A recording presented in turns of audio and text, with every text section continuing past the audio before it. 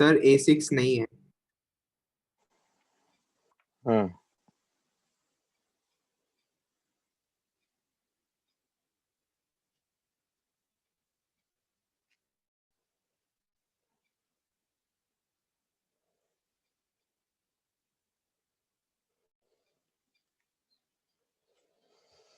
A3 में क्या कह रहा है? The flux of magnetic field through a close conducting loop of resistance changes with the time according to the equation. अपने को इक्वेशन दिया हुआ है 0.2t square plus 0.4t plus 0.6 where t is in time in seconds. Find the induced EMF। तो इसको differentiate कर देंगे, ये हमारे पास में इंड्यूस्ड EMF होगा, यानी 0.4t प्लस 0.4, टाइम अपने को दे रखा है, तो at t equal to 2 second रख दीजिए, आ जाएगा। ये पहला पार्ट है। The average induced EMF, average induced EMF कैसे, नहीं ये भी सिखाई दिया था मैंने, कितनी बार बताएंगे। तो E average equal to E dt, interval दे रखा है ना, तो वैसे है ना 0 से 5 डिवाइडेड बाई 0 से 5 dt, और E की वैल्यू दे रखा है 0.4t plus 0.4 into dt divided by, ये हो जाएगा 5, 0 से 5।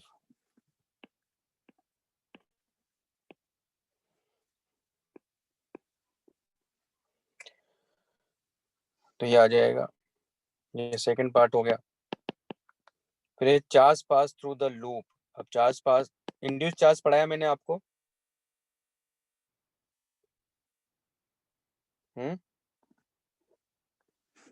इंड्यूस चार्ज वाला कॉन्सेप्ट और सुपर कंडक्टिंग रिंग पढ़ाया क्या? नहीं सर। नहीं सर। इंड्यूस चार्ज भी नहीं पढ़ाया।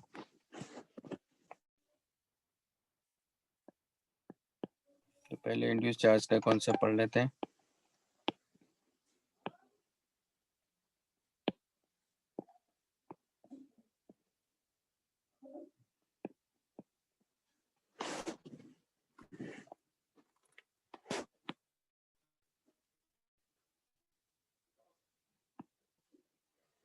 तो हमारे पास क्या, जैसे मान लो कि ये कोई लूप है और इसमें मान लो बी चेंज हो रहा है, यानी अल्टीमेटली बी चेंज हो सकता है, एरिया चेंज हो सकता है ना, ये रोटेट कर सकता है, कुछ भी हो सकता है। तो मेन कॉन्सेप्ट है फ्लक्स का दरअसल यहाँ, ठीक है। तो ये फ्लक्स है ना, और अगर इसको हम डिफरेंशिएट करेंगे तो D phi by D T induced EMF होगा। अगर मान लो इसका अपना रेजिस्टेंस मान लो इस लूप का आर, तो E बाई आर ये करंट होगा, तो हमारे पास आ जाएगा ये 1/r D phi by D T. तो आई को क्या लिखेंगे हम लोग, D Q by D T equal to 1/r D phi by D T. D T से डी टी कैंसिल आउट हो गया, तो डी क्यू इक्वल टू क्या हो गया, डी फाई बाई आर, ठीक है। मतलब जो इंड्यूस चार्ज है वो है delta Q by R,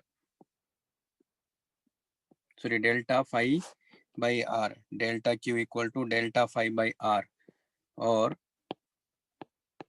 delta Q equal to phi final minus phi initial divided by R. इससे एक बात और क्लियर हो रही है कि इंड्यूस चार्ज इस बात पे डिपेंड नहीं करता है कि कितना टाइम इसको फ्लक्स लेने में, फ्लक्स चेंज होने में लग रहा है, ठीक है। तो एक नोट यहाँ लिखेंगे, induced charge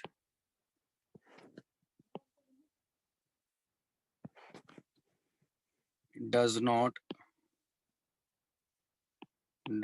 depend upon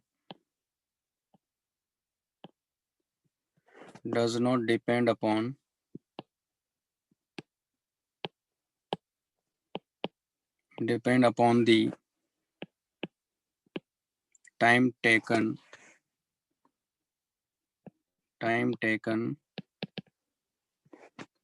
to change the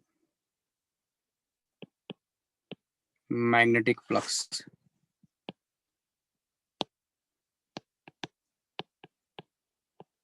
okay ये इस बात पे डिपेंड नहीं करता है कि फ्लक्स को चेंज होने में कितना टाइम लग रहा है. ओके ये लिख लो.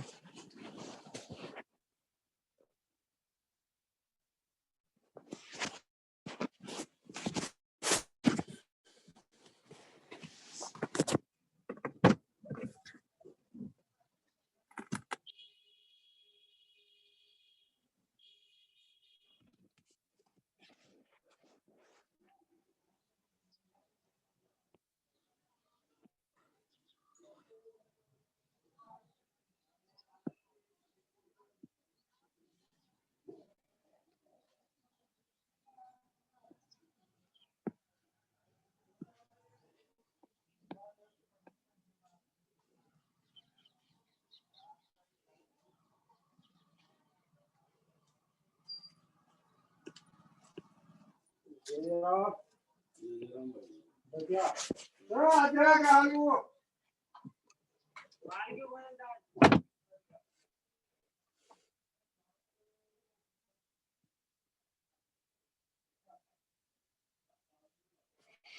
पहले ये क्वेश्चन कंप्लीट करा देता हूँ मैं. तो जैसे इसमें पूछा इसने find the induced EMF average induced EMF मिली है charge pass through the loop in t equal to 0 to t equal to 5 second. तो इसमें क्या करेंगे t इक्वल टू 0 पर फ्लक्स निकालेंगे, t इक्वल टू 5 सेकंड पर फ्लक्स निकालेंगे, उनका change divided by resistance. Resistance कितना इसका 0.4 ओम है. ठीक है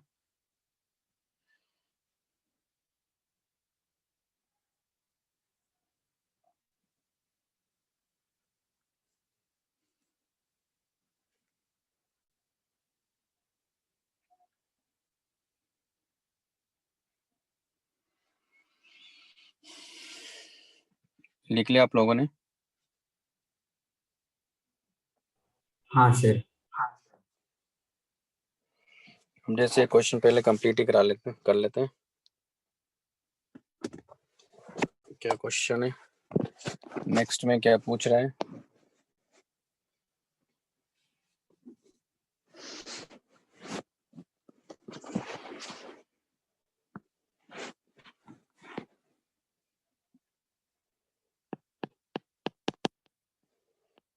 तो 5 ऑफ 0 कितना होगा 0.6. 5 ऑफ 5 5 ऑफ 5 कितना होगा ये 0.2 इंटू 5 का होल स्क्वायर प्लस 0.4 इंटू 5 प्लस 0.6. रेजिस्टेंस इसका दे रखा है 0.4 ओम है. तो रख दें 5 माइनस 50 डिवाइडेड बाई सॉरी 0.4. ये डेल्टा क्यू है. सॉल्व कर लो आ जाएगा आंसर. फिर क्या कह रहा है एवरेज करंट. तो आपने इंड्यूस्ड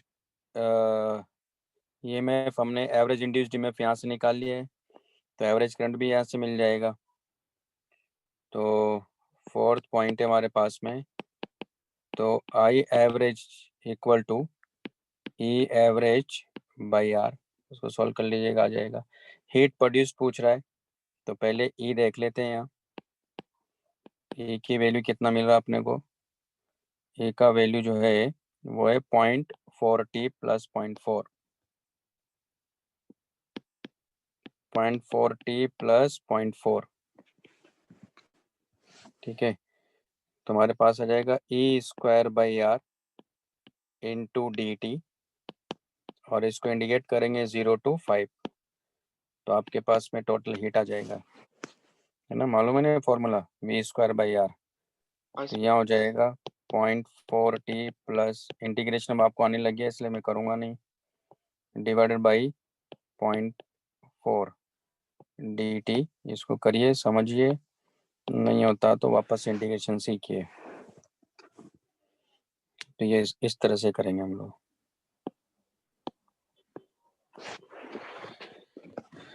ये ऊपर वाला भी लिख लो, पहले पूरा लिख लिया क्वेश्चन आप लोगों ने? सर वो थर्ड पॉइंट वाले से लिखा है ना? ये तो लिख लिया ना ऊपर वाला तो? हाँ, ऊपर का पार्ट लिखा सर।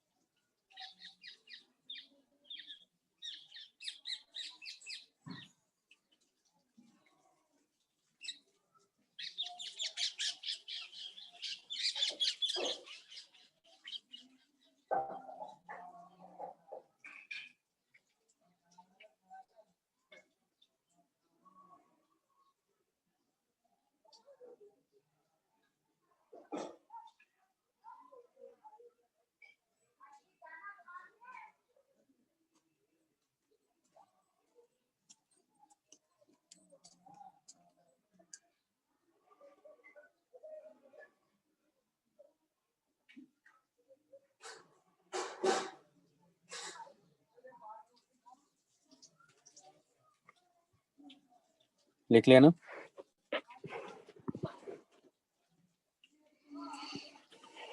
पहले मैं आपको वो पढ़ा देता हूँ, चलो यार। सुपर कंडक्टिंग रिंग लिख लिया? हाँ सर। हाँ सर।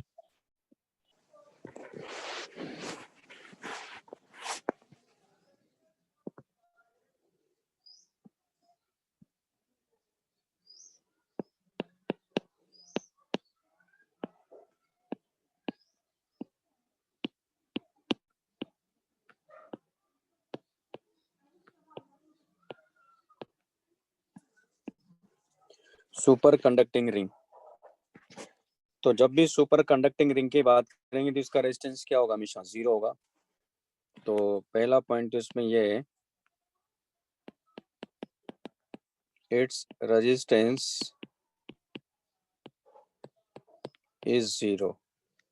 और दूसरा जो इसमें पॉइंट ये है कि सुपर कंडक्टिंग रिंग में आप देखोगे कि इसका जो टोटल फ्लक्स है ना, वो हमेशा कांस्टेंट होता है, लेकिन जो इंड्यूस्ड ईएमएफ होगा, नेट इंड्यूस्ड ईएमएफ, हमेशा 0 होता है।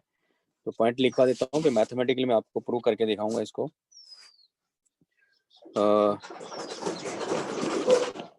Net magnetic flux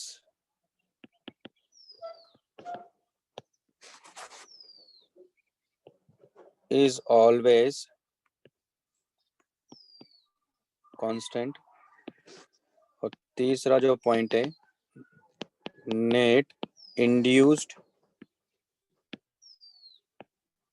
EMF is always 0। ठीक है, तो देखो कैसे। मान लो जैसे कि वैसे तो मैं रिंग ले रहा हूँ, ये कोई भी शेप का हो सकता है, कोई भी लूप हो सकता है वैसे तो, है ना, लेकिन रिंग को लेके समझ रहे हैं हम लोग यहाँ। ये हमारे पास में रिंग है और मान लेते हैं कि यहाँ बी है। तो जरूरी नहीं है कि बी टाइम के साथ वेरी करे तभी होगा, ये तो आप भी जानते हो। फ्लक्स तो कैसे भी चेंज कर सकते हैं, तो बी भी चेंज हो सकता है ना, ये रोटेट भी कर सकता है कि नहीं, इसका एरिया इंक्रीज कर सकता है, डिक्रीज कर सकता है, सब पॉसिबल है। मतलब फ्लक्स चेंज करना है, कुल मिला के कहानी है। इसका अपना रेजिस्टेंस भी है। मैंने मान लिया कि अभी तो ये नॉर्मल कंडक्टिंग रिंग है, यानी ये मैं यहाँ सुपर कंडक्टिंग रिंग नहीं ले रहा हूँ, दरअसल में ये कंडक्टिंग रिंग ले रहा हूँ। सुपर कंडक्टिंग रिंग की बात करूंगा तो रेजिस्टेंस 0 कर दूंगा मैं। तो अभी इसका रेजिस्टेंस मैंने R मान लिया और इसका मैंने मान लिया कि सेल्फ इंडक्टेंस भी है मान लो,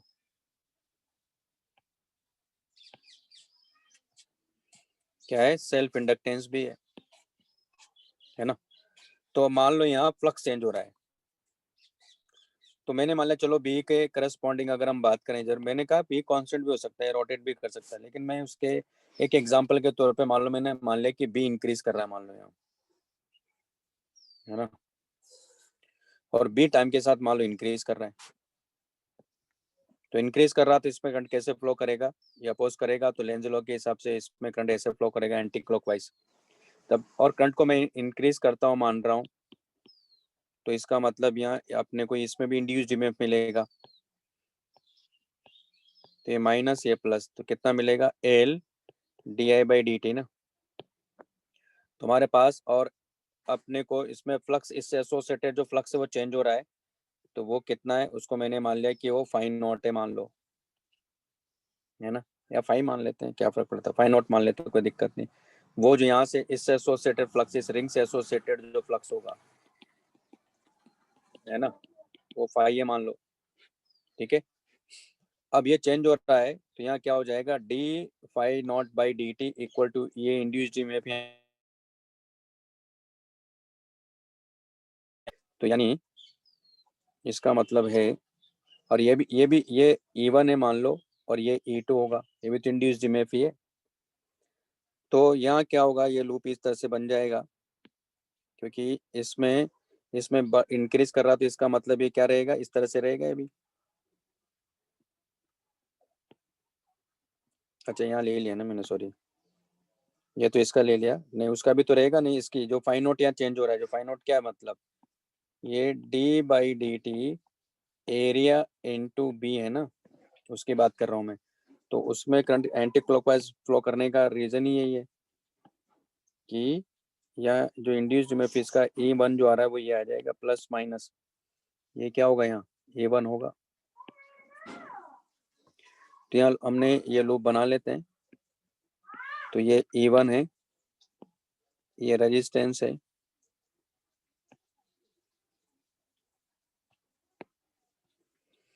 और यहाँ ये प्लस माइनस ये E2 है, और ये इक्वल टू क्या है यहाँ L D I by D T है ना। इसमें करंट ऐसे फ्लो कर रहा है, ये आर है, तो ये लूप ऐसा बन जाएगा, ठीक। तो क्या लिखूंगा मैं, minus E1 plus I R plus E2 equal to 0, KVL लगाया मैंने यहाँ। तो माइनस E1 को क्या लिखूंगा मैं यहाँ, ये हो जाएगा दरअसल D by D T phi naught plus I R plus E2 क्या लिखूंगा, D L D I by D T equal to 0। तो आई आर इक्वल टू क्या हो जाएगा हमारे पास में, D by D T phi naught minus L D I by D T, यानी इसको क्या लिख सकता हूँ मैं, L D I L sorry D by D T को बाहर लेते,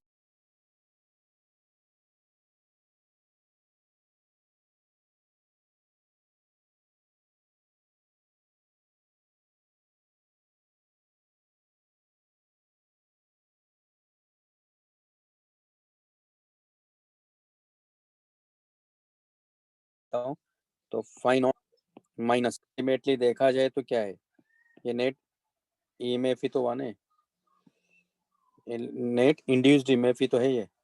तो अगर मैं ये कहता हूँ कि इफ आर इक्वल टू 0, तो आर इक्वल टू 0 किस केस में, सुपर कंडक्टर केस में, तो 0 इक्वल टू क्या हो गया है, D by D T phi naught minus L I equal to E net induced EMF. ये इसका मतलब नेट इंड्यूस्ड ईएमएफ क्या है, देखो 0 आ रहा है, और टोटल फ्लक्स देखो कांस्टेंट आ रहा है, क्योंकि phi naught minus L I equal to क्या हो गया, कांस्टेंट।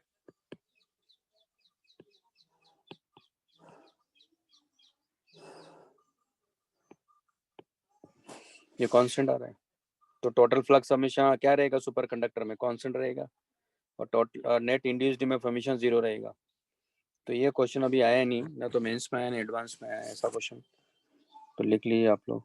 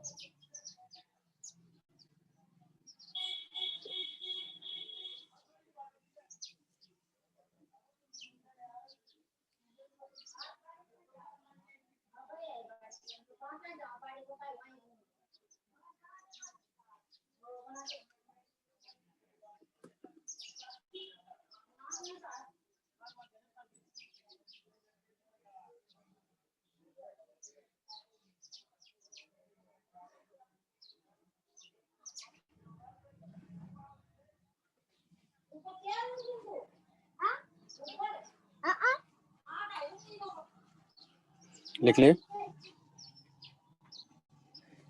हाँ सर। हाँ सर। हाँ sir.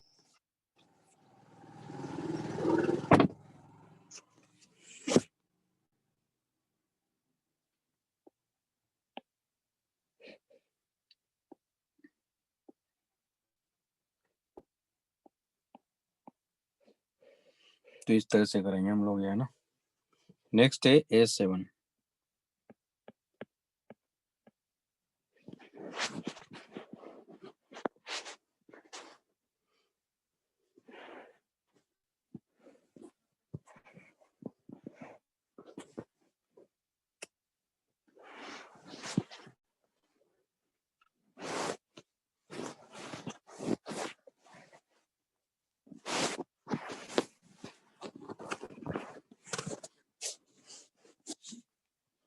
Solenoid has a cross-sectional area consists of 400 tons per meter and carries a current of this. A 10-turn coil is wrapped tightly around the circumference of the solenoid. The ends of the coil are connected to 1.5 ohm resistor. Suddenly, a switch is opened, and the current in the solenoid dies to 0 in a time. मतलब क्या हो देखो, पहले di/dt का देख लेता हूँ मैं। तो फाइनल जो करंट है इसमें क्या हो जा रहा है, 0 हो जा रहा है। इनिशियल कितना करंट था इसमें, वैसे दे रखा है इसने 0.4 डिवाइड बाई फाइनल टाइम कितना ले रहा है, कितने टाइम में the current in the solenoid dies to 0, यानी 0.05 माइनस 0, तो -0.4 डिवाइडेड बाई 0.05, इसका मॉड ले लेंगे, कोई दिक्कत नहीं। तो हो जाएगा एम्पियर पर सेकंड। ओके, अब ये हमारे पास में सोलेनोइड है,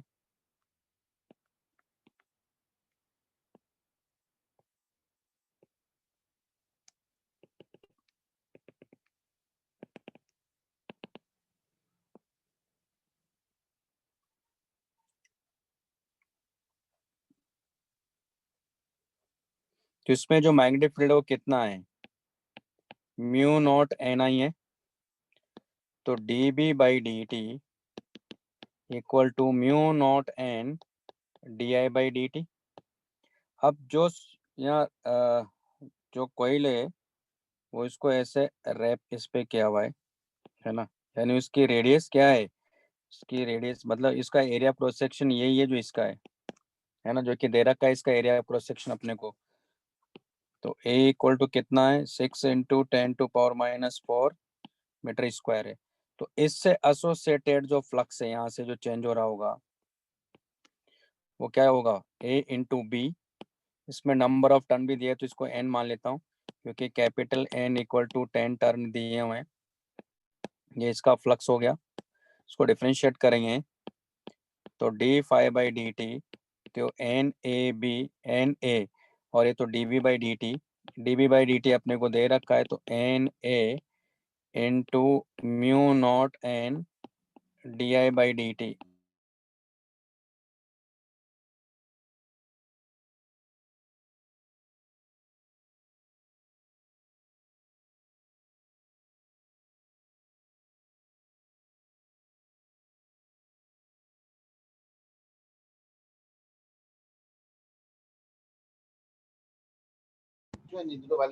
না না দিচ্ছে বালি। আচ্ছা, তার মায়ের সেবা ছেলে সেবা করতে করতে দিনটা কেটে গেছে। ছেলের জন্য 5,445 টাকা জিনিস আনলাম ডিমার্ট থেকে। তো আমি খাই না ঘরে। হ্যাঁ দাদা কেক নিয়ে চলে এলো, কে খাবে ওই পাম কেক? পাম কেক নিয়ে এসেছিল, আবার নিয়ে এলো। হ্যাঁ দেখ না, তুমি খাও বলে রিয়েলি? 2 টাকা না নিয়ে আমি আসো, আমি কোনো ওগুলো উমেশকে দরকার দান এখন? করে দেবো। একটা তুমি নিয়ে আসো না, ঠিক আছে নিয়ে এসছো, একটা নিয়ে আসো। সকাল থেকে তোমার ছেলে একটা বোতল ভরে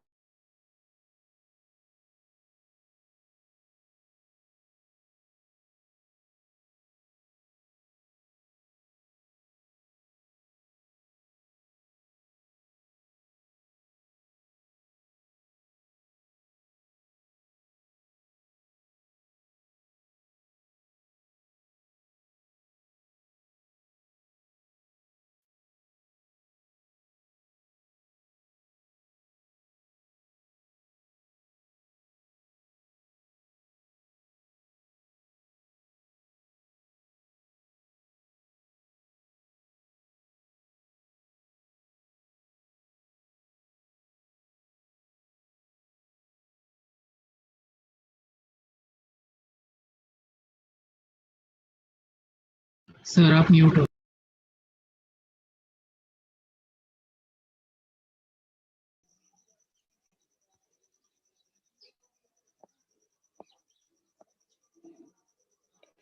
तो ये एवरेज वैल्यू ही एक तरह से, ठीक है ना, क्योंकि delta A by delta T मैंने यहाँ लिया हुआ एक तरह से। क्लियर है? ये क्या है, एक तरह से देखा जाए तो ये delta I by delta T है, वो जो लिया ऊपर मैंने वहाँ, ठीक है। ये delta I by delta T है, तो ये जो मिला अपने को ये दरअसल एवरेज ही मिला। तो निकालना एवरेज, एवरेज करंट पूछ रहा है तो हो जाएगा, तो ए एवरेज बाई इसका रेजिस्टेंस दे रखा है, कितना दिया है 1.5, तो ये एवरेज करंट आ जाएगा। कर लोगे?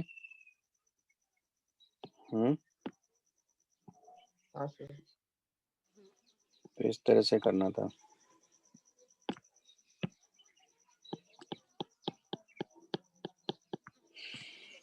है ना, हो जाएगा, कोई दिक्कत नहीं।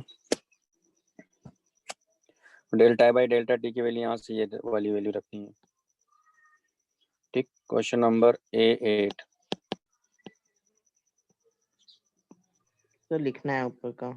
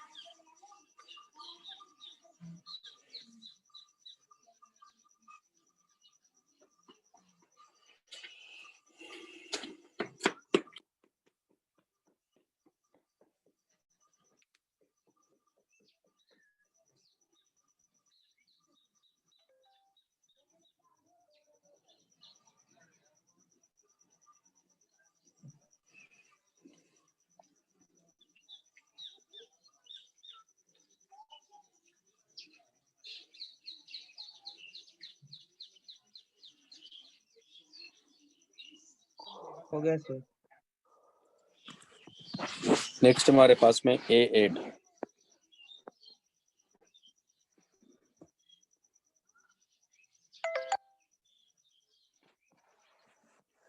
Hard pacing device consists of a coil of 50 ton and radius 1 mm just inside the body, with a coil of 1000 tons and radius 2 centimeter, placed concentrically and coaxially just outside the body. Calculate the average induced EMF in the internal coil if a current of 1 ampere in the external coil collapses in 10 milliseconds. Simple है, ये एक ring है और ये दूसरी ring है। इसमें current इस डायरेक्शन में फ्लो कर रहा है, तो इसमें भी ये कह रहा है कि एवरेज इंड्यूस्ड EMF चाहिए। तो current if current of 1 ampere in the external कोई कोलैप्सेस, तो मतलब यहाँ भी delta I by delta T यानी 0 माइनस 1 डिवाइडेड बाई 10 मिली यानी 10 टू पावर माइनस 3 माइनस 0, इसका मॉड ले लेंगे, ये अपने को दिया हुआ है ना। और इसके जो नंबर ऑफ टर्न है अंदर वाली का वो N1 ले लिया मैंने, जो कि 50 है, और इसके जो रेडियस है वो मैंने मान लिया कि 1 into 10 to power minus 3 metre है ना। और बार की जो कोयल है इसके जो रेडियस वो मान लिया हमने R2 है, तो R2 equal to 2 into 10 to power minus 2 sorry metre है, और इसके नंबर ऑफ टर्न हमने ले लिए जो कि 1000 है। इसमें चेंज कर रहा है, तो सीधी सी बात है, इसमें B कितना होता है, तो mu naught N2 I2 by 2 R2, ये तो B होता है, और B इंटू एरिया ये फ्लक्स होता है। तो एरिया किसका लेना है, तो यहाँ तो हो गया mu not N2 I2 by 2R2 into area जो कि पाई R1 का होल स्क्वायर, लेकिन नंबर ऑफ टर्न इसके कितने N1, तो उससे मल्टीप्लाई करेंगे, N1 से मल्टीप्लाई करेंगे, इतना फ्लक्स चेंज हो रहा है यहाँ से, इसको डिफरेंशिएट कर देंगे, तो d5 बाई dt है ना, या डेल्टा 5 बाई डेल्टा t अगर मैं करता हूँ तो ये हो जाएगा mu not N1 N2 pi R1 का होल स्क्वायर बाई 2R2, और ये हो जाएगा delta I2 by delta t। Delta I2 by delta t ये दे रखा अपने को यहाँ। ये हमारे पास में क्या आ गया, क्या निकालना है इसमें, एवरेज इंड्यूस्ड EMF, तो आ गया ये एवरेज इंड्यूस्ड EMF है। ठीक है, रख दो वैल्यू, इसको लिख लीजिए इसको।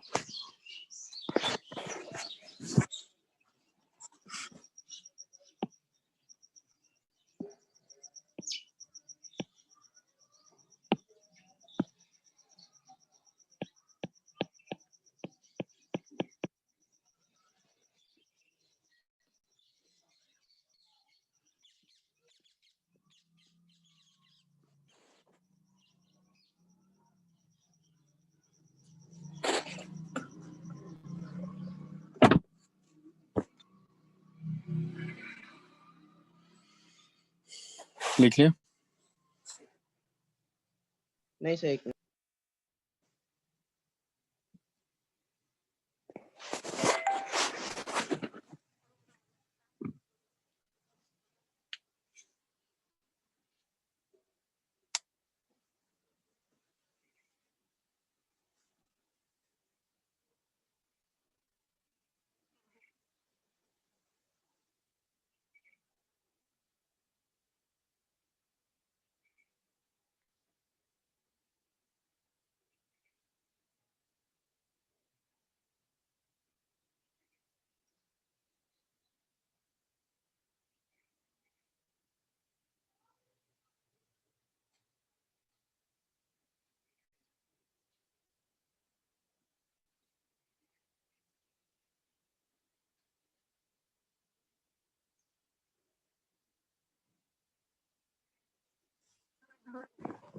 हो गया।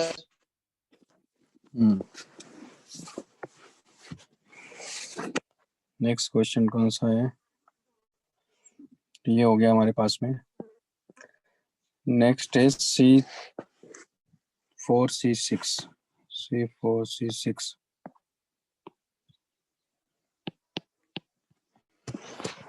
C4 में क्या हो रहा है देखो। जब बी भी है क्या? बी में से भी कुछ पूछा है क्या? नहीं है, B1 है।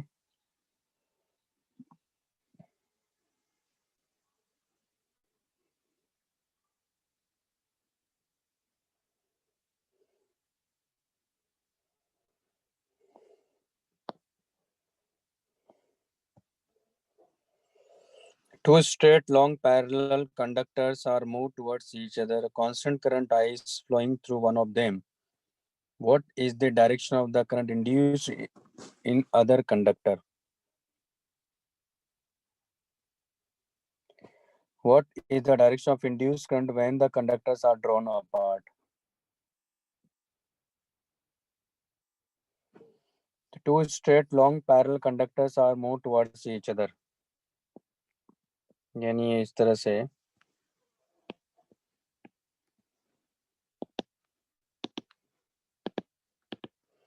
ये दोनों मूव कर रहे हैं। तो constant current I is flowing through one of them, यानी इसमें मान लो कांस्टेंट करंट फ्लो कर रहा I। तो टू कंडक्टर्स आते, एक को रोक दो पहले। अगर इसको रोकेंगे तो अगर ये मान लो एक V1 से आ रहा था, V2 से आ रहा था, तो ये इधर कितने से जा रहा है? V1 प्लस V2 से जा रहा है ना? तो हमें बताना है कि what is the direction of induced current when conductors are drawn apart. तो ये लॉन्ग है ना? तो इसका मतलब क्या हो, देखो इसमें करंट की बात कर रहा है, तो इसके पहले वाले की वजह से दूसरे वाले पर मैग्नेटिक फील्ड किधर है? अंदर की तरफ है।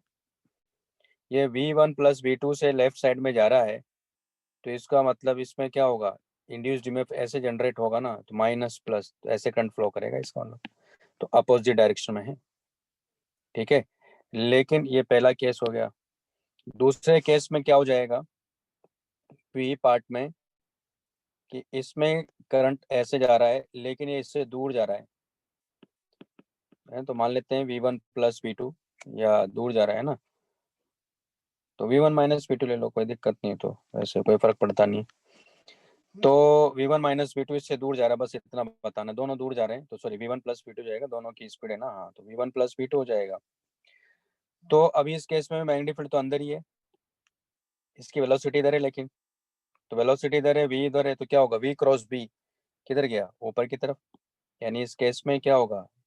ये प्लस होगा, माइनस होगा, तो इसमें करंट ऐसा फ्लो करेगा, तो सेम डायरेक्शन में करेगा। तो पहले वाले में अपोजिट है, दूसरे वाले में सेम डायरेक्शन में करंट फ्लो करेगा। ओके, नेक्स्ट हमारे पास में C4।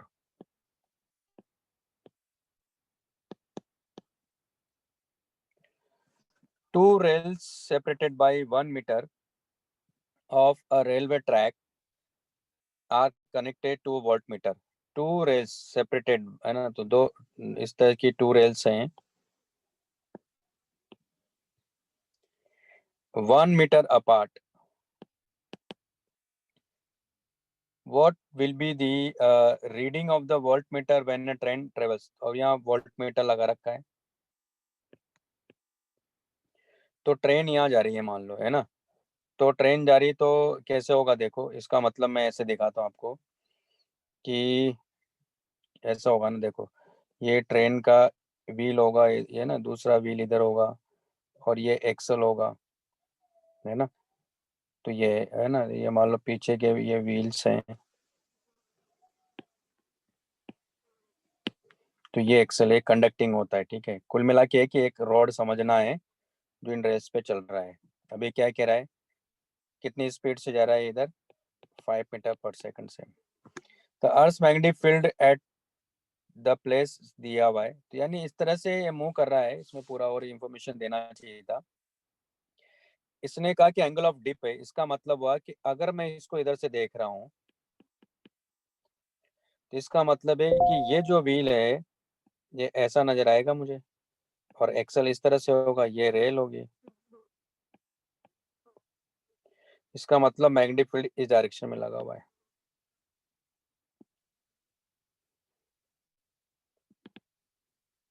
ये एंगल 30 डिग्री दिया हुआ, ये बी है, और रेल जो है इसकी वेलोसिटी इधर की तरफ भी, यानी जो वेलोसिटी इसकी है ना, इसकी जो एक्सल होगा उसकी वेलोसिटी इधर की v है, तो v क्रॉस b, क्योंकि फॉर्मूला क्या है, L vector dot v cross b equal to क्या हो जाएगा, इंड्यूस्ड ईएमएफ, तो v क्रॉस b, तो इसका, और किधर है वो, अंदर के साइड में v क्रॉस b, यानी एल के डायरेक्शन में, तो क्या हो गया, एल वी बी साइन 30, ये हमारे पास में इंड्यूस्ड ईएमएफ आ जाएगा। या मैंने क्या बताया, एल वी और बी को म्यूचुअली परपेंडिकुलर कर लो, है ना, तो v के परपेंडिकुलर b को करेंगे तो इसका एक कंपोनेंट क्या हो गया, नीचे की तरफ क्या मिलेगा आपको, डाउनवर्ड डायरेक्शन में b साइन 30 ना, तो b sine 30 into V into L, आप चाहो तो वैसे कर लो, ये आंसर है। ठीक है, कैसे करना था, नेक्स्ट हमारे पास ये लिख लो पहले।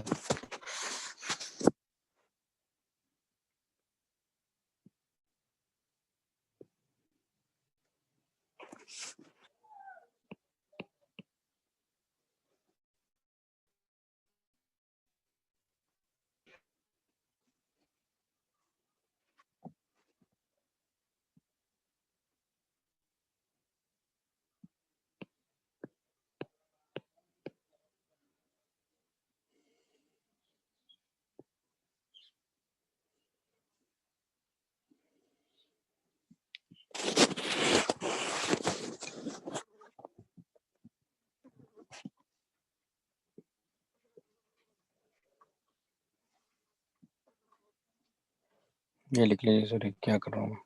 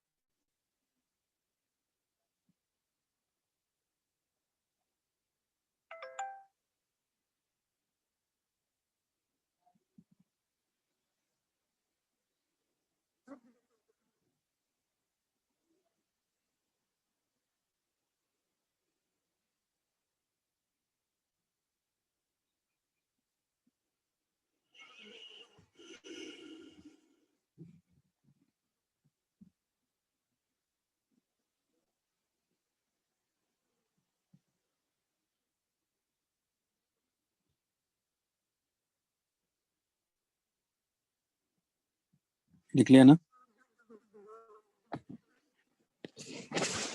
हाँ,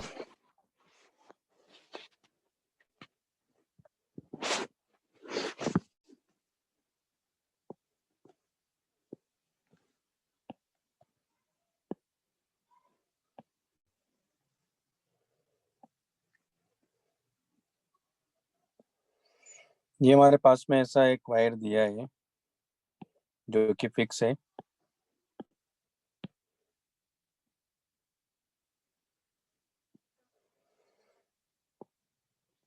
तो ये वाई एक्सिस है, ये एक्स एक्सिस है।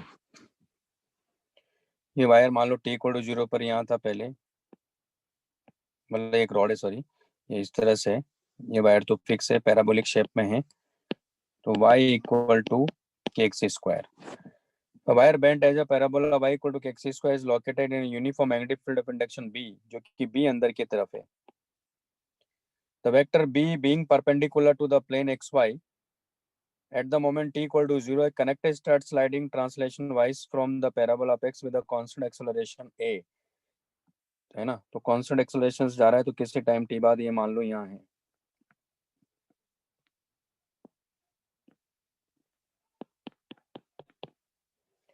तो इसमें वेलोसिटी आ चुकी होगी, और वेलोसिटी क्या होगी, a इंटू टी होगा, क्योंकि ये कह रहा है कि t इक्वल टू 0 पर कनेक्टर स्टार्ट स्लाइडिंग, इसका मतलब इसकी इनिशियल वेलोसिटी 0 थी, t इक्वल टू 0 पर। तो क्या करेंगे हम लोग, ये डिस्टेंस कितना होगा यहाँ, ये डिस्टेंस है y, y कहाँ से आएगा, y equal to 0 plus half AT square, यहाँ से T मिल गया अपने को, तो 2y/a का स्क्वायर रूट AT आ गया। Find the EMF of electromagnetic induction in the loop. तो ये देख रहे हो कि जो फिक्स होता है ना उसमें तो इंड्यूस्ड ईएमएफ कभी जनरेट हो ही नहीं सकता, क्योंकि तो मूव नहीं कर रहा है। तो इंड्यूस्ड ईएमएफ किस में जनरेट होगा, यानी इस रॉड में। तो ये V से ऊपर जा रहा है, B अंदर की तरफ है, तो V क्रॉस B यानी किधर की तरफ, यानी इसमें करंट ऐसे फ्लो करेगा। और करना भी चाहिए, क्यों? क्योंकि कंटिन्यूसली फ्लक्स इंक्रीज करेगा, उसको अपोज करेगा नहीं इससे एसोसिएटेड फ्लक्स को। इसमें करंट कैसे फ्लो करना चाहिए, इसमें करंट ऐसे फ्लो करना चाहिए इस डायरेक्शन में। इंड्यूस्ड ईएमएफ, तो इसकी लेंथ देख लेंगे। तो y मिल गया मुझे, y मिल गया, तो y के करस्पॉन्डिंग क्या होगा, ये x होगा ना। तो यानी इसकी लेंथ इस इंस्टेंट पे कितनी लिखेंगे, 2x लिखेंगे, ठीक है। तो वो कहाँ से आ जाएगी, वहां से। तो हमारे पास में आ गया 2√y/k, ये l आ गया, तो b भी l हो गया ना सीधा। इंड्यूस्ड ईएमएफ आ गया, तो E equal to a, b तो है ही, b को क्या लिखोगे आप, b को a इंटू टी, l को क्या लिखोगे 2√y/k, और t को वहां से लिखोगे, तो 2ba√y/k इंटू टी, तो 2y/a का स्क्वायर रूट।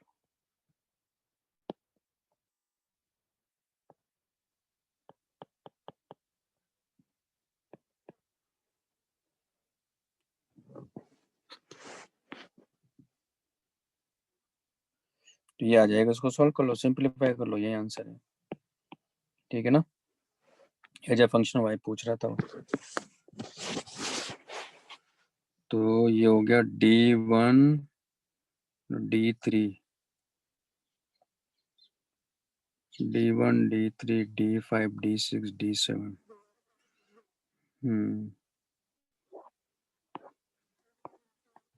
ये लिख लीजिए।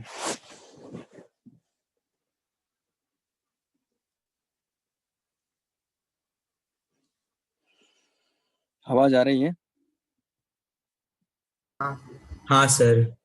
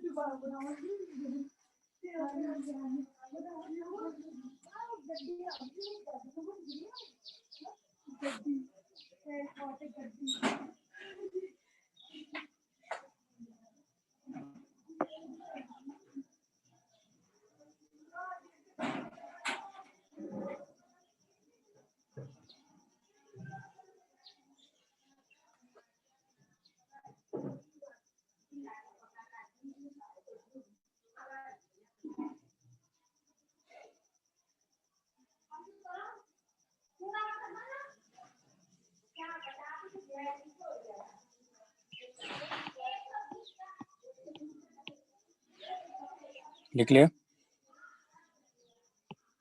हाँ सर।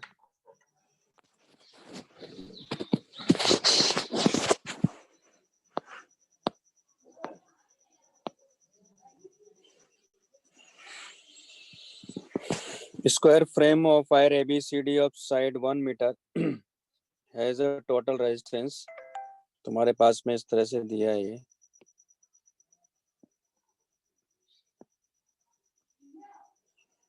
तो ये मैग्नेटिक फील्ड है यहाँ।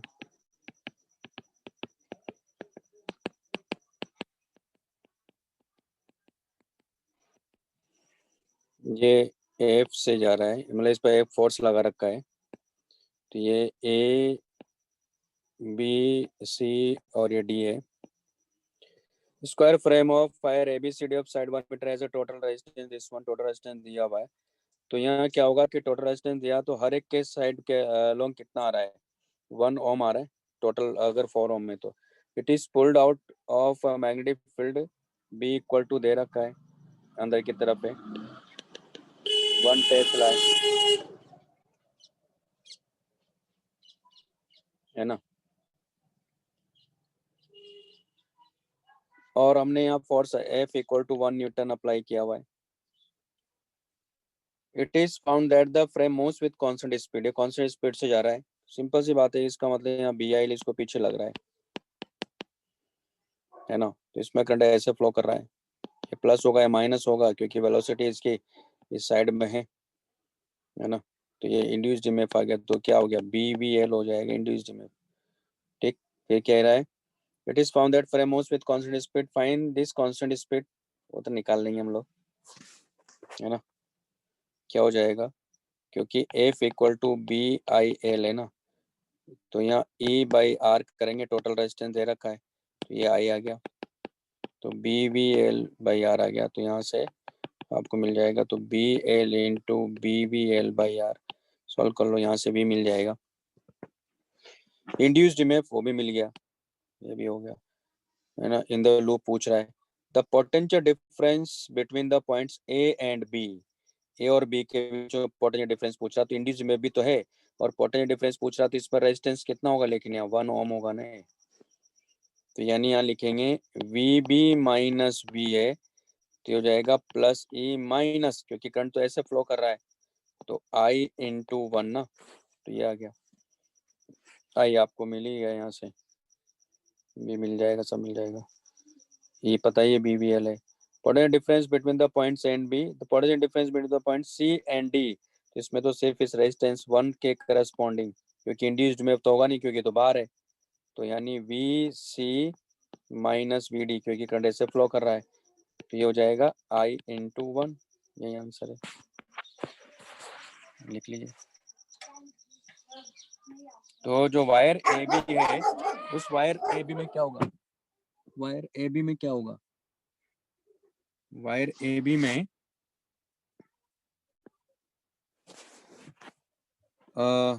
मतलब इंड्यूस्ड ईएमएफ भी होगा और साथ में जो रेजिस्टेंस है उसकी वजह से भी होगा, तो ये दोनों काउंट करेंगे हम लोग, तो ये आंसर है। ठीक है, नेक्स्ट है हमारे पास में D3।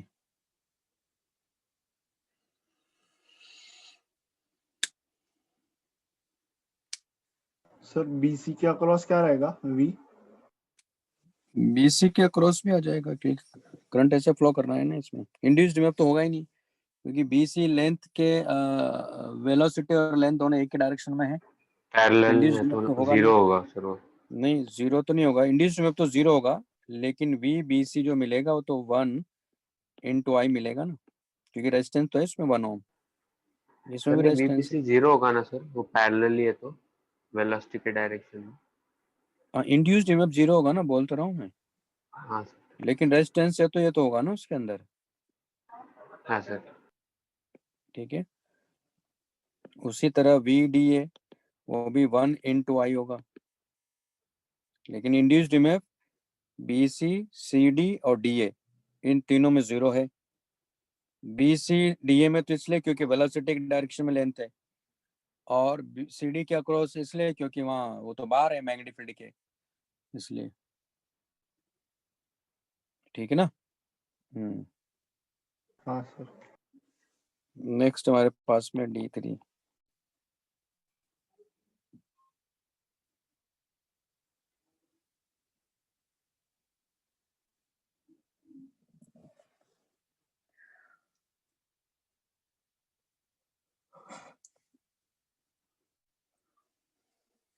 लिख लिया।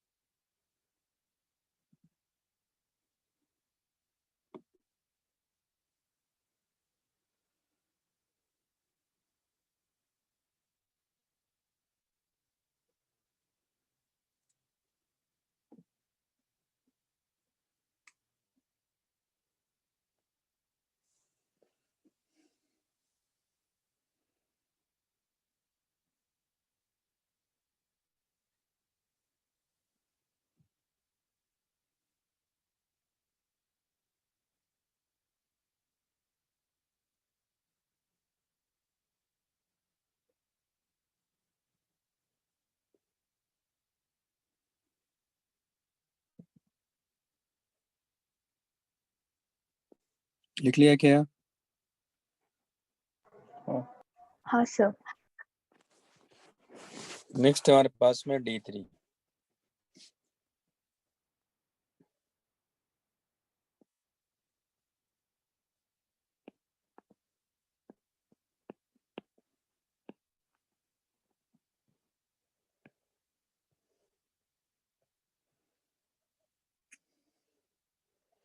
यह मैग्नेटिक फील्ड अंदर की तरफ लगा रखा है और ये E अपने को दिया हुआ एक बैटरी यहाँ लगा रखी है, प्लस है माइनस है, और ये एक AB रोड है, B अंदर लगाए रखा है इसमें। Figure shows smooth pair of thick metallic rails connected across a battery of EMF E having a negligible internal resistance. A wire AB of length L resistance R can slide, यानी इस wire का अपना resistance भी है और इसकी अपनी length भी है। The entire system lies in horizontal plane and is immersed in uniform vertical magnetic field B. At instant T, the wire is given a small velocity V towards right. Find the current in wire at this instant. इसको velocity दे दी right में। तो अब आप देखो कि B अंदर की तरफ है तो इंड्यूस्ड में भी तो होगा नहीं इसमें, तो प्लस है माइनस है। तो अभी मैंने मान लिया कि ई जो है वो ग्रेटर देन ई है मान लो, तो इस केस में क्या होगा, नेट करंट कैसे फ्लो करेगा, इसमें ऐसे करंट फ्लो करेगा। तो माइनस ई केवीएल लगेंगे तो minus E plus I R equal to 0। तो आई इक्वल टू क्या हो गया, E minus E by R, जहाँ ई की वैल्यू क्या है यहाँ बी वी एल होगा। तो एक आंसर तो ये आ गया है ना। तो करंट कैसे फ्लो करेगा इसमें, अगर ये मानेंगे तो करंट इसमें ऐसे फ्लो करेगा। फिर ये कह रहा है कि what is the force acting on the wire at this instant. तो करंट ऐसे फ्लो कर रहा है तो इसको बी अंदर की तरफ है तो इसको फोर्स किधर लगेगा, यानी ये होता है ना force F factor equal to I L cross B.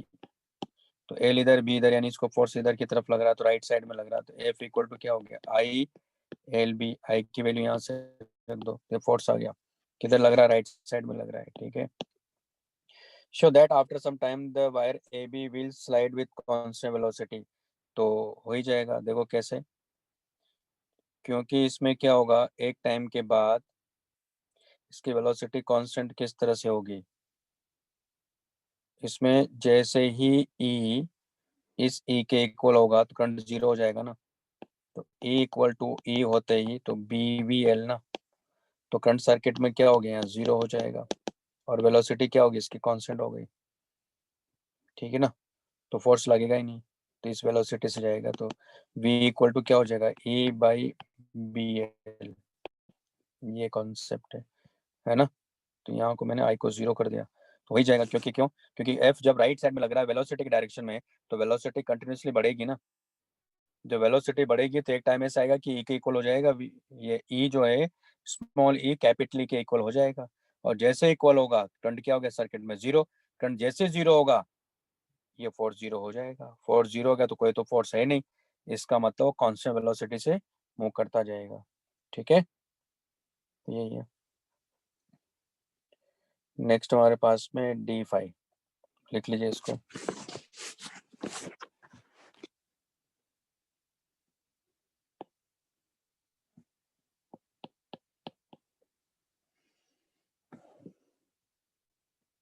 एक मिनट रुकिए।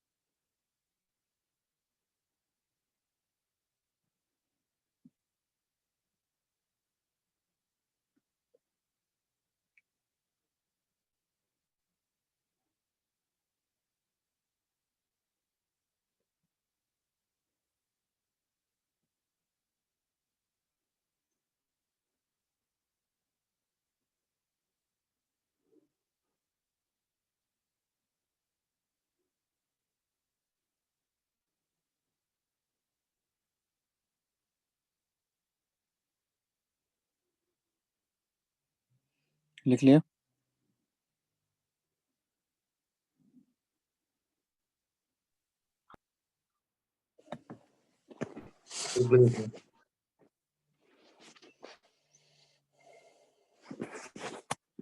So f is equal to वाले पार्ट से दिखाइए ना बस.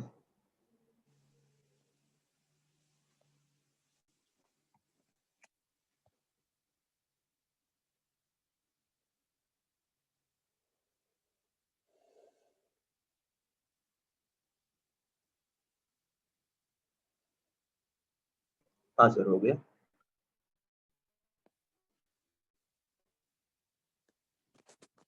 Along U-shaped wire of its tail placed in a perpendicular uniform constant magnetic field B. ठीक है, ये इस तरह से दिया आपने को यहाँ.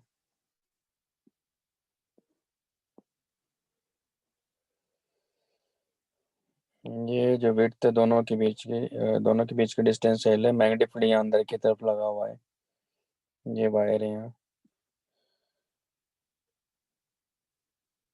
A wire of length L is slide on the U-shaped wire with constant velocity V towards right.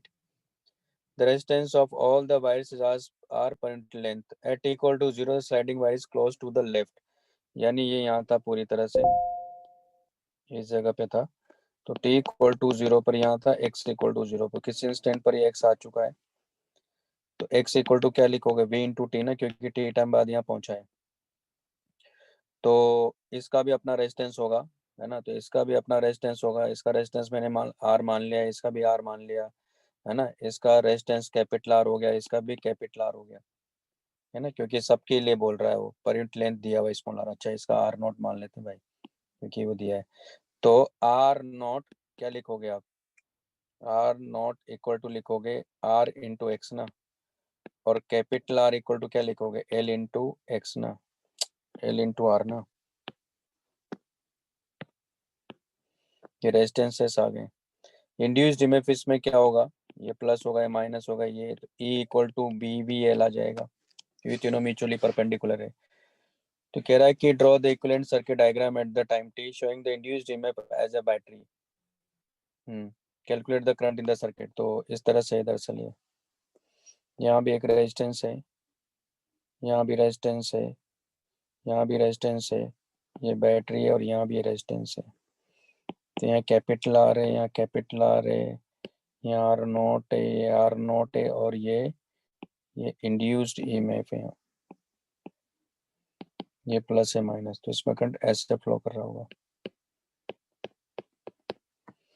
तुम्हारे पास करंट कितना आ जाएगा यहाँ? E by 2R plus 2R note, है ना. तो अब यहाँ देखो x को क्या लिखेंगे हम? VT लिखेंगे. तो जाएंगे पहले ये लिख लेते. तो E by 2LR plus 2RX, ये हो गया E divided by 2LR plus 2RVT. ये आंसर है.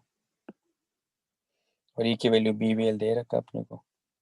ठीक है, ये तो आ जाएगा आंसर इसमें. लिख लीजिए.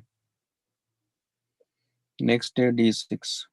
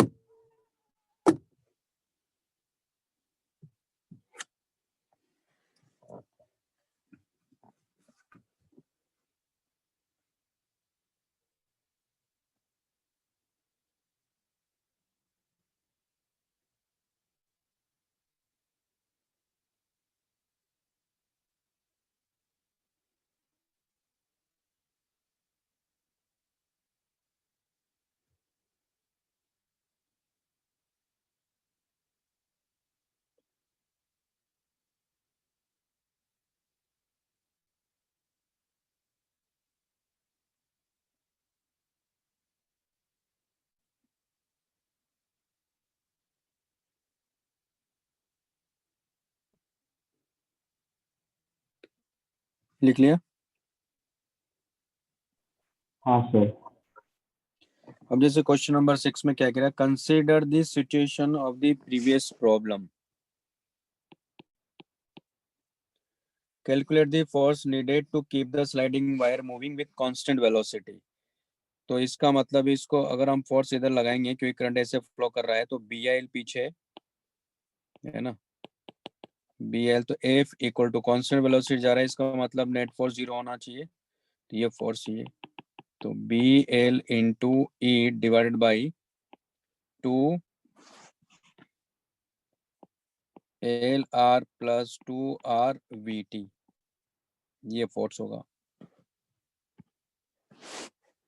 ठीक, फिर क्या कह रहा है वो, if the force needed just after, यानी इसका मतलब एट टी इक्वल टू 0 पर फोर्स एफ नॉट है, तो क्या हो गया है, तो B L into E divided by 2 L R ना, और ये तो बी वी एल है, तो बी वी एल, तो B square L square V divide by 2 L R, एक एल से एल कैंसिल आउट हो गया, तो एफ नॉट कितना आ गया हमारे पास में, बी स्क्वायर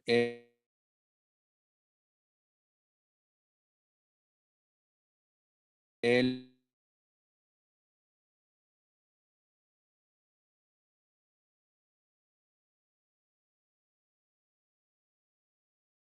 सर आपका वॉइस कट रहा है। L V by 2 are.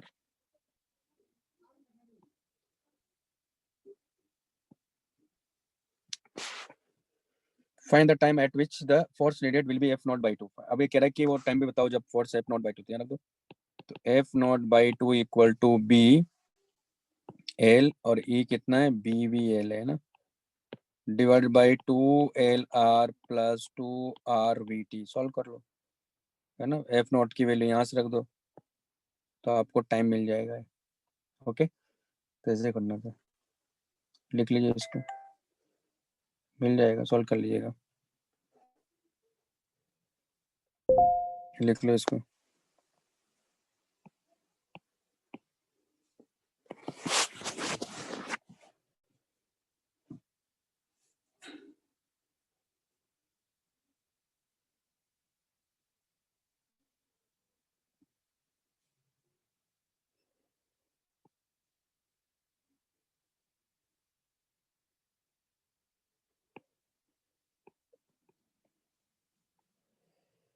लिख लिया? हाँ सर। नेक्स्ट हमारे पास में D7,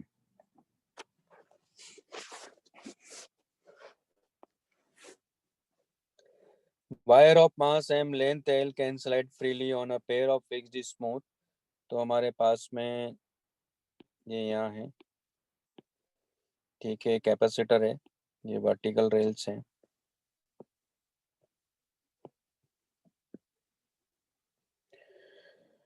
इसका मास एम है और इसकी जो लेंथ है ये एल बता रहा है, वर्टिकल रेस है, इसमें जा रहा है पूरा वायर, मास भी दिया हुआ इसका एम है।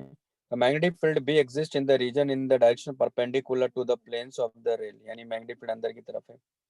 The rails are connected at the top end by an initially uncharge capacitor और capacitance C. Find the velocity of the wire at any time T after released. तो कह रहा find the velocity of fire at any time T after release, यानी अपने को यहाँ से T equal to 0 पर रिलीज कर रहे हैं, तो डाउनवर्ड इसको mg, किसी टाइम टी बाद इसमें वेलोसिटी आ चुकी होगी, एक्सेलरेशन नीचे होगा और वेलोसिटी नीचे होगी, वेलोसिटी नीचे होगी तो इसका v क्रॉस b, यानी इसमें करंट ऐसे फ्लो कर रहा होगा, ये इंड्यूस्ड ईएमएफ होगा जो कि बी वी एल होगा, करंट अगर इसमें ऐसे फ्लो कर रहा है तो बी आई एल पीछे होगा, डाउनवर्ड इसको mg लग ही रहा है, तो यहाँ हो जाएगा हमारे पास में F equal to M apply करेंगे तो mg minus B I L equal to क्या हो गया, एम ए, और तो है नहीं, तो E इक्वल टू क्या लिखोगे आप, Q बाई सी, और E मतलब बी वी एल, तो यहाँ से I मिल जाएगा अपने को, उसको डिफरेंशिएट करेंगे तो B L D V by D T equal to 1 by C D Q by D T equal to क्या हो गया, I बाई सी, तो आई इक्वल टू क्या हो गया, B L C into A, इस आई को यहाँ रख दो, तो M G minus B L into B L C A equal to M A, तो हो जाएगा M G equal to M A plus B square L square C A, तो ए इक्वल टू कितना आ गया, तो एम जी बाई, है ना, M plus B square L square C, ये हो गया। आप देख रहे हो कि एक्सेलरेशन कांस्टेंट है, किसी टाइम टी बाद इसकी वेलोसिटी क्या हो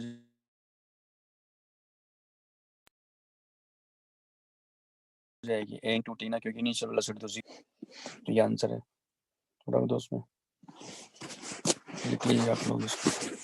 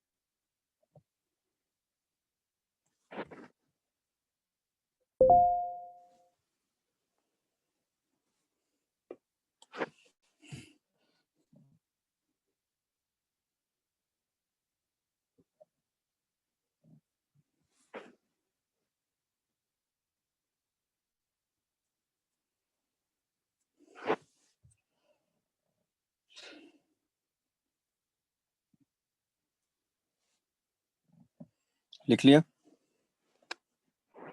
हाँ सर। हाँ सर लिख लिया। नेक्स्ट कौन से क्वेश्चन है भाई, ये सब हो गया, ये भी हो गया, E3 है ना, ये भी हो गया,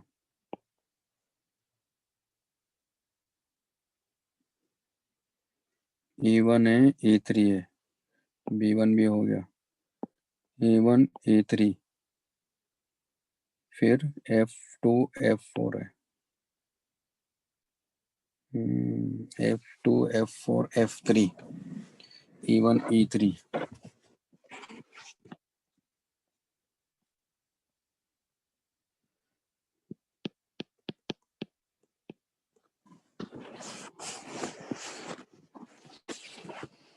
figure shows a fixed square frame of wire having total resistance R placed coplaterally with a long straight wire, ठीक है, the wires carries a current I is given, this one find the flux of the magnetic field, तो ये ऐसा अपने को दिया हुआ यहाँ, ये वायर है और ये फ्रेम है,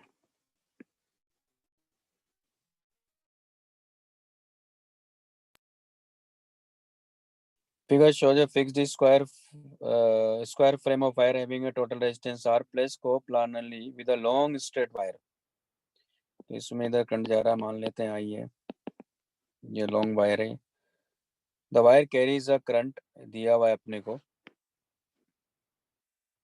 वायर में कितना करंट है, I equal to I naught cos 2 pi T by capital T, ये है flux of the magnetic field through the square frame, वो निकाल लेंगे। अच्छा इसमें बता रखा है ना फिगर में, ये अपने को बी डिस्टेंस दिया हुआ है और ये स्क्वायर फ्रेम है, जिसकी साइड लेंथ है, इससे एसोसिएटेड फ्लक्स निकाल देंगे, अभी कोई दिक्कत नहीं, EMF induced in the frame वो भी निकाल लेंगे, तो पहले फ्लक्स निकाल लेते हैं, तो यहाँ से x डिस्टेंस पे जाके dx एलिमेंट लेंगे, तो इससे एसोसिएटेड फ्लक्स क्या हो जाएगा, B into D X into A, और इसको इंडिकेट करेंगे B2A प्लस बी, ये टोटल फ्लक्स आ जाएगा। तो पहले तो हम लोग ये भी लिखेंगे कि B कितना है, तो B उसकी वजह से होगा mu naught I by 2πx into D X into A, तो ये हो गया B2A प्लस बी, तो फ्लक्स इक्वल टू आ गया mu naught I by 2πA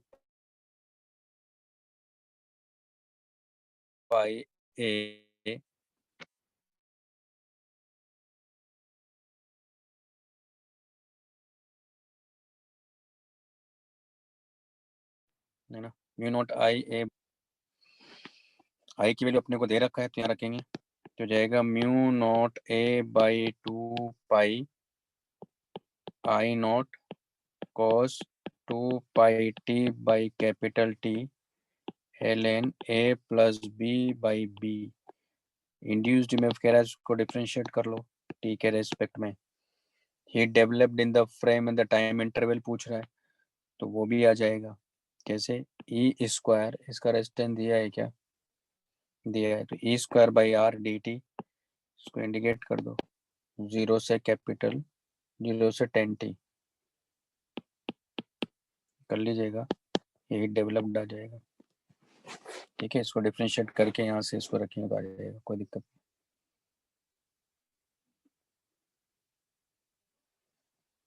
नहीं। ये हो गया। नेक्स्ट हमारे पास में F2। तो मुझे ताजुब हुआ लेकिन कि ये क्वेश्चन नहीं हुआ है ना, लेकिन ये क्वेश्चन बन गया आपसे, E3 हो गया, E2 सर हो गया, E3 है डाउट, सर E3 है डाउट। E3 में डाउट है ना, ये लिख लो पहले।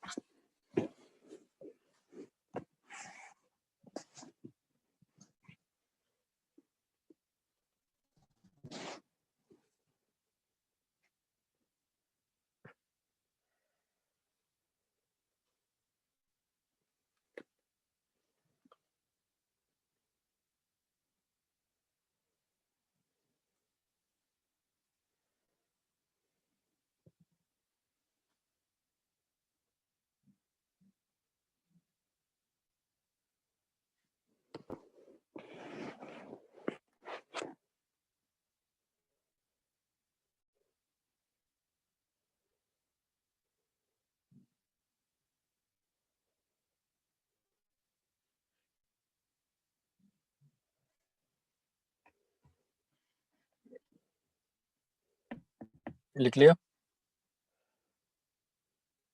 हाँ सर।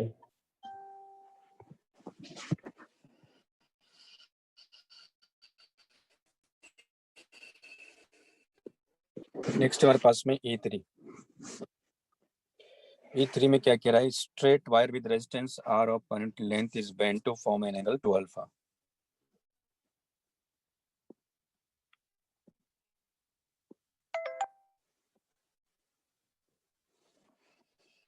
है ना,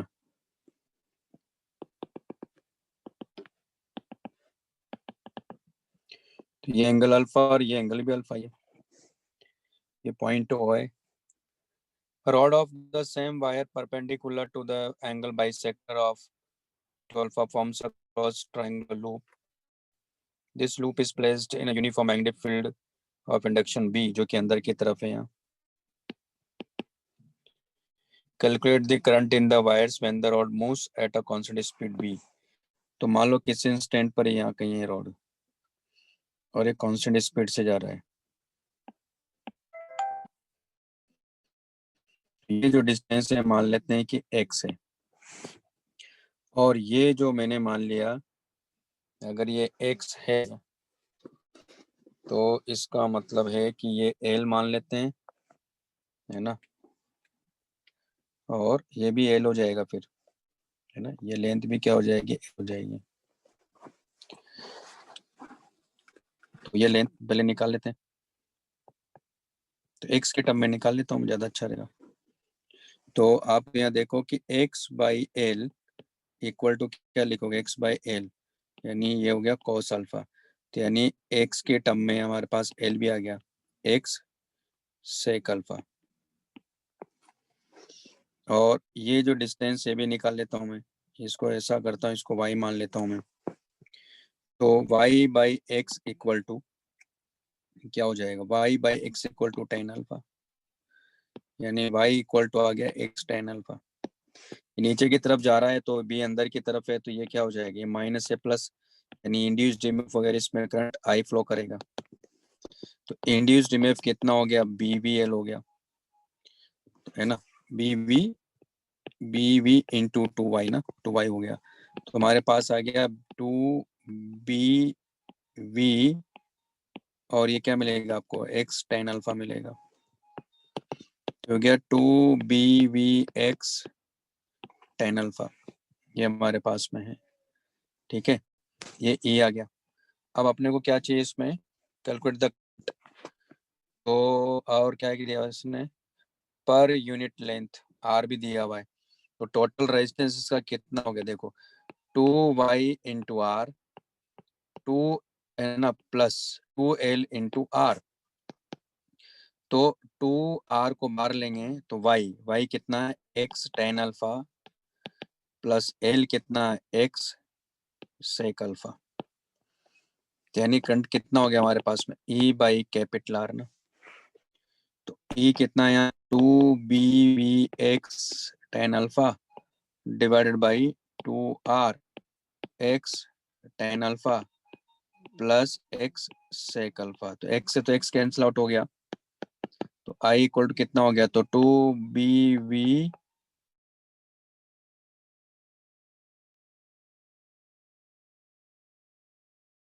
टेन अल्फा,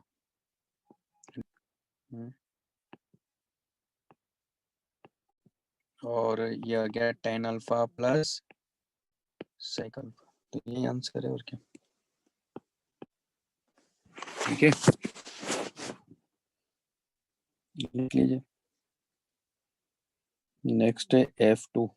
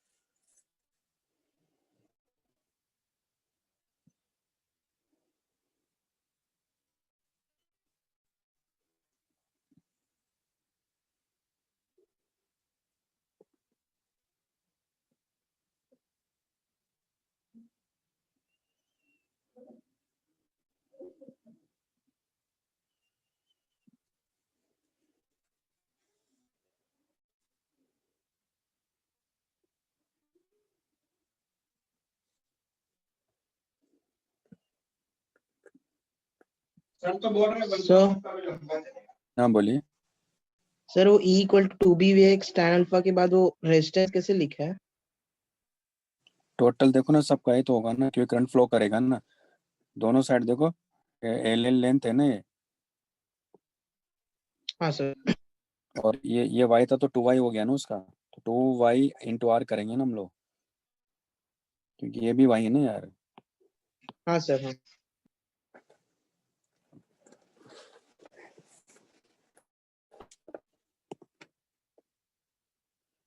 लिख लिया।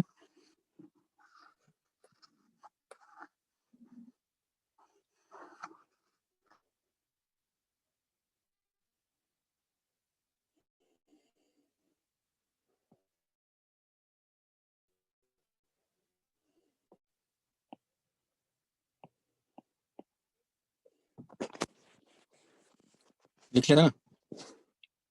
हाँ सर लिख ली। नेक्स्ट हमारे पास में F2। In the figure, there are identical conducting rods, each of length A, rotating with angular speed omega in the direction shown. तो मतलब ये ऐसा है, ये तो रिंग है और ये रॉड है जो रोटेट हो रहा है इस डायरेक्शन में, और बी अंदर की तरफ है। तो इसका मतलब ये क्या हुआ, ये प्लस से माइनस, ये ई हो गया, जहाँ ई की वैल्यू क्या होगी, B omega L square by 2 ना, ये आ जाएगा। और ये यहाँ इससे कनेक्टेड है,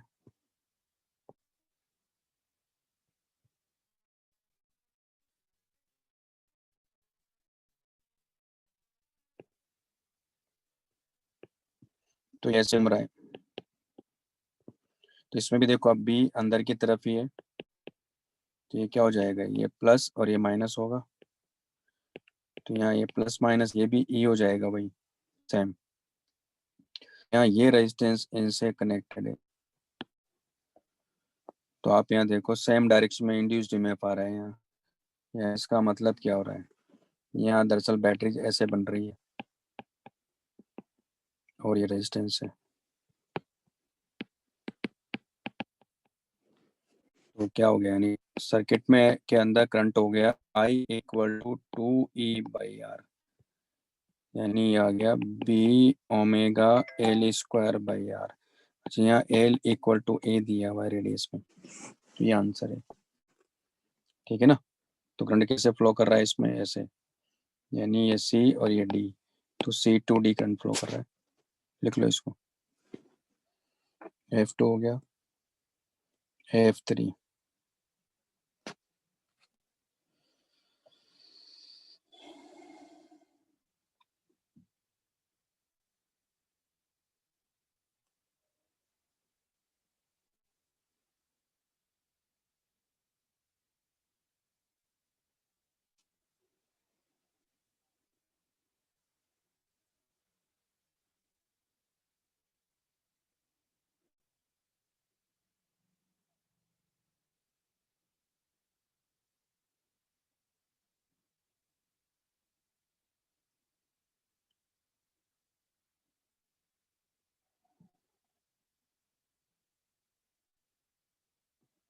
लिख लिया।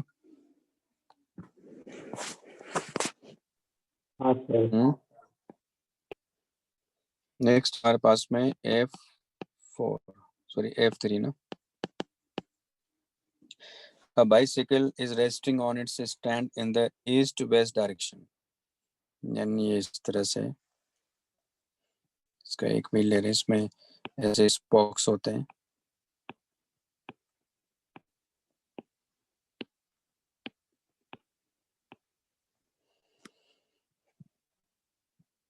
और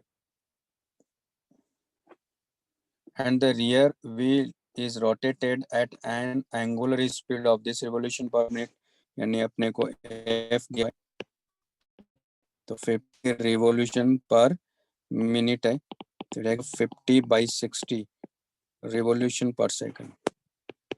F = आ गया 5/6 रिवोल्यूशन पर सेकंड।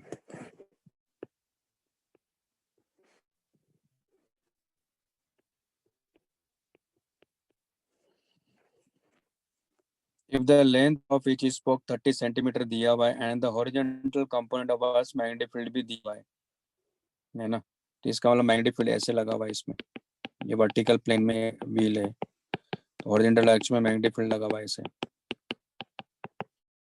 ये ओमेगा से घूम रहा है, तो हर स्पोक में इंड्यूस्ड ईएमएफ कितना जनरेट होगा, B omega L square by 2 ना, जैसे डिस्क में होता है वैसे यार यहाँ भी होगा। तो ओमेगा की वैल्यू क्या हो गया, 2πf, एफ आपको दे रखा है, तो इंड्यूस्ड ईएमएफ मिल गया यहाँ से, तो भाई पूछ रहा था, ठीक है ना, ऐसे। सर वो ओमेगा = 2π है। सॉरी, ओमेगा = ओमेगा = 2πf होगा, ठीक है, लिख लो इसको। F4।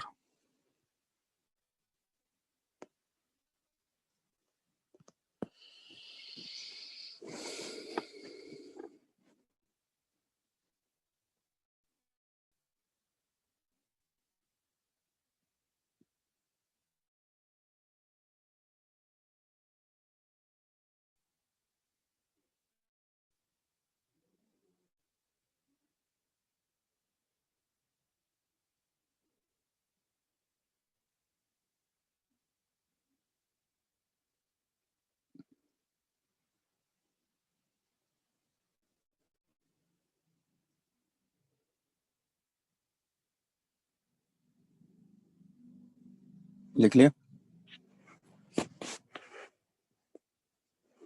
हाँ sir. A thin wire of negligible mass and a small spherical bob, तो ऐसा दिया हुआ है।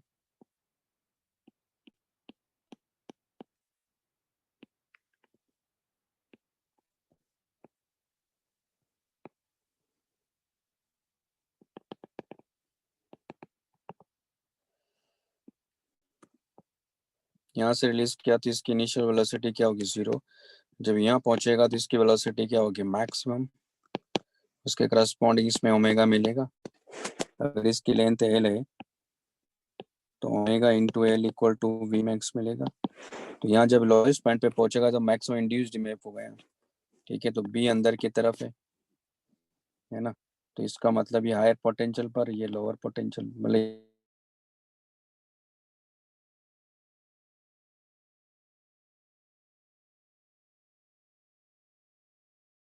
ये हायर पर, ऊपर वाला लोअर पोटेंशियल पर होगा।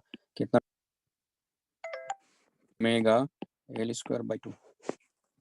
तो यहाँ ओमेगा अपने को क्योंकि ये तो वायरलेस वायर, मासलेस वायर है, इसका मतलब ये हाइट कितनी हो जाएगी इसकी, क्योंकि ये एंगल थीटा है, ये हो जाएगा L minus L cos theta.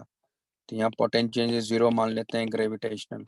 तो सारी की सारी जो पोटेंशियल एनर्जी हो किस में कन्वर्ट हो जाएगी? काइनेटिक एनर्जी में इसकी। तो हाफ एम वी मैक्स का होल स्क्वायर। वी मैक्स आपको पता ही है, यहाँ से चल जाएगा, ओमेगा वहां से निकाल इसमें पुट कर दो, इंड्यूस्ड ईएमएफ आ जाएगा। ओके, देख लो इसको।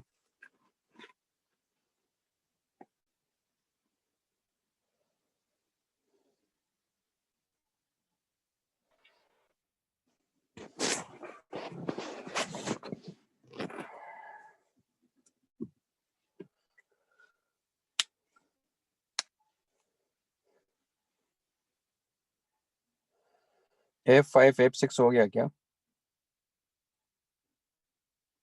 सर F6 आपने क्लास में करा दिया था।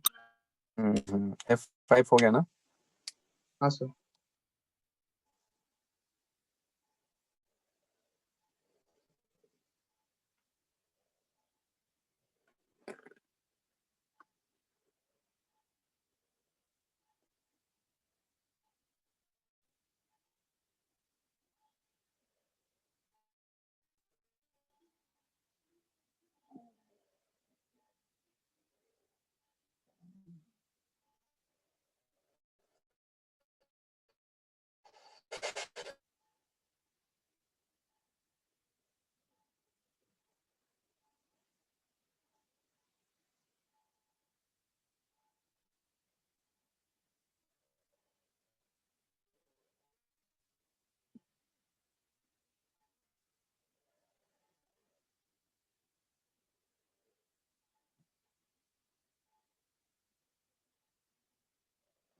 लिख लिया? हाँ सर।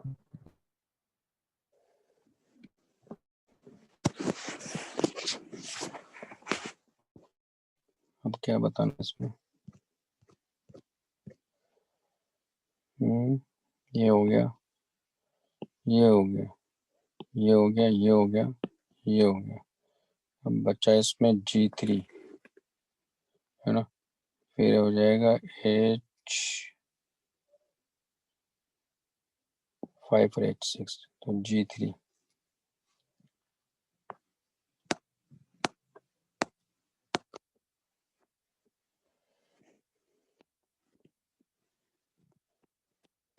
G3 में क्या कह रहा है देखो,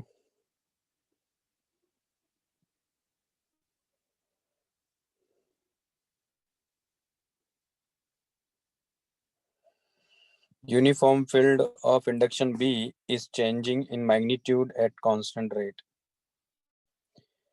है ना. You are given a mass m copper which is to be drawn into wire of radius r formed into circular loop of radius r. मतलब ऐसा, ये रेडियस r है और ये जो वायर हम ले रहे हैं ये इसकी रेडियस स्मॉल r है.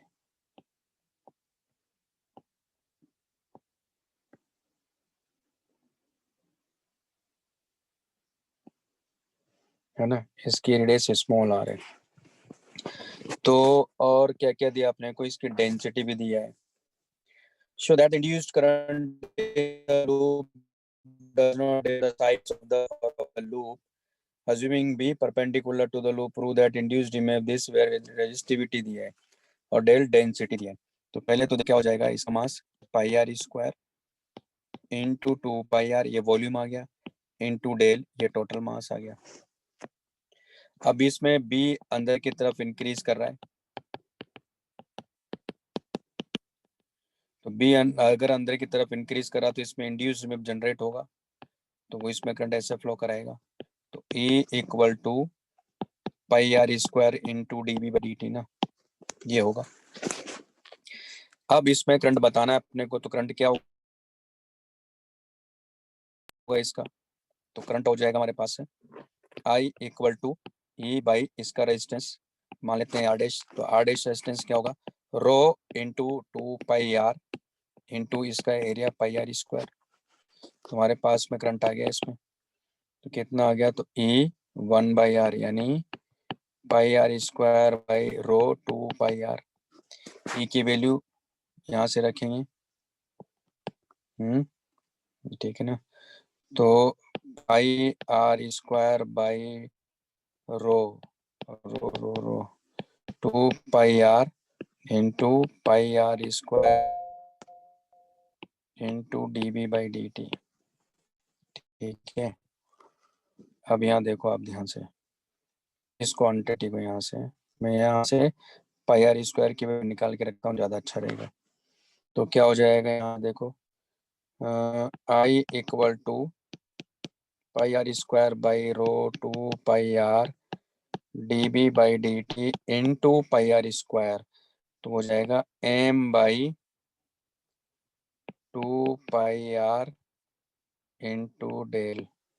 अब देखो ध्यान से, पाई मतलब आर स्क्वायर से तो आर स्क्वायर कैंसिल आउट हो गया, एक पाई से एक पाई कैंसिल आउट हो गया, तो हमारे पास करंट आ गया दरअसल m बाई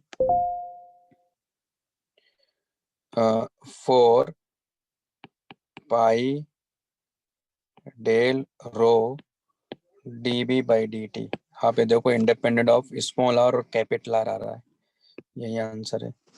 ठीक है, कैसे करना है.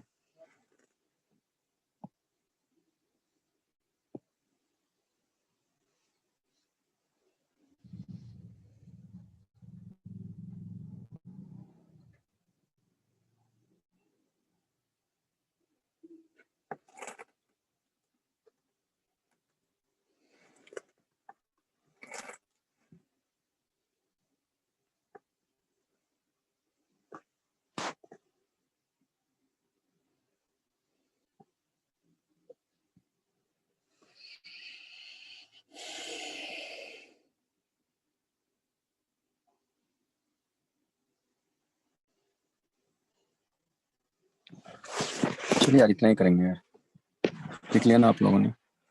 आप इसका एक्सरसाइज 3 भी कर लो.